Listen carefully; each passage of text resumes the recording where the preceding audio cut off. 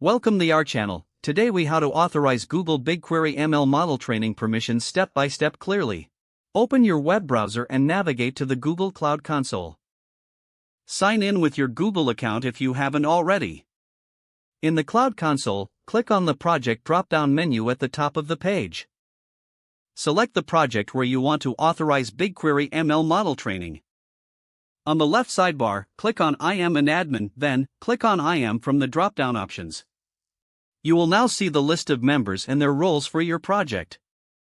Click that Add button at the top of the page to add a new member. In the New Members field, enter the email address of the user or service account that needs permissions. In the Role drop-down, select BigQuery Admin or BigQuery Data Editor, depending on the level of access required. You can also assign the BigQuery Model User role for model-specific access. Once you've selected the appropriate role, click the Save button. Next, navigate to BigQuery in the left sidebar.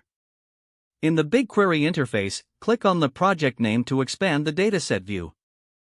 Locate the dataset that contains the data you will use for your model training.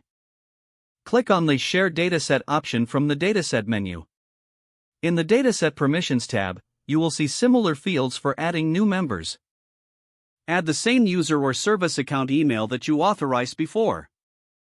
Select the corresponding roles, ensuring they also match the necessary permissions. After entering the information, click Done to save your changes. You have now successfully authorized permissions for model training in Google BigQuery ML. To test the permissions, run a simple query to ensure access is granted. If the query runs successfully, your permissions setup is complete. If you encounter any issues, review the roles and permissions assigned to ensure they are correct. If the page does not load, refresh the browser or try again in a private or incognito window. Make sure you are using the correct email address, then retype it carefully to avoid small typos.